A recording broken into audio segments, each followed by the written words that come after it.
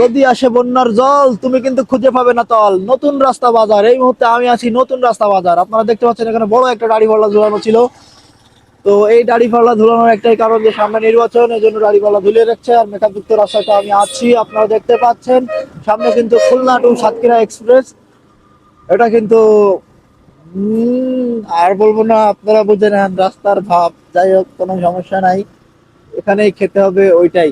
যাই হোক, আর বললাম না। ও, রাস্তা আসলে এখান থেকে সাতক্ষীরা পর্যন্ত যাব কিন্তু ভালোই, খারাপ যাব না। তারপরেও মানুষ কেন কেন এই সাতক্ষীরা রাস্তা নিয়ে এত কথা বলে? আপনারা গাইস দেখেন, জাস্ট রাস্তাগুলো কি খারাপ? আপনারা দেখেন রাস্তাগুলো কি খারাপ? আমার কাছে একদমই খারাপ হয় নাই। খাড়া খাড়া খাম্বা, এটা কিন্তু কারেন্টের খাম্বা, হাম্বা যেটাই বলেন বাম্বা। আর এটা কিন্তু কারেন্ট চলাচলের একটা, এই এত বাকি দাও না। মানে হরেন দিতে পারলে পাইছে যায় আর কি। যাই হোক গাইস, আমি কিছু বলবো না। আমি কিছুই বলবো না, অল্প কিছু বলবো। আহ, রাস্তাটা কিন্তু সুন্দর, আমার কাছে ভালো লাগে। আসলে যখন জেলা নিয়ে মানুষ কথা বলে, তখন বলার তার কারণ আছে। আমাদের অনেক অনেক জায়গা আছে, অনেক অনেক অনেক এখনো পর্যন্ত অনেক নিম্ন পর্যায়ে আছে মাটির রাস্তা। তো আপনি যদি বৃষ্টির সময় যান, মাটির রাস্তাগুলো তো খারাপই লাগবে।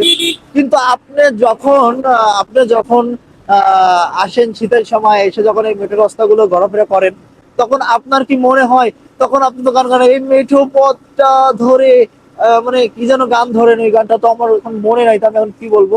গানটা আমার মনে থাকলে অবশ্যই আমি বলতাম। তো এই মুহূর্তে আমার আসলে ওই গানটা মনে নাই। তো রাস্তায় আপনি যখন ওই সাতক্ষীরার বড় বড় দাড়ি পাল্লা দেখতে পাচ্ছেন, এই দাড়ি পাল্লা গুলো শুধুমাত্র নির্বাচনের কারণে রাখা হয়েছে। আহ আমি দাড়ি পাল্লা ছাড়া অন্য কিছু কেন দেখতেছি না?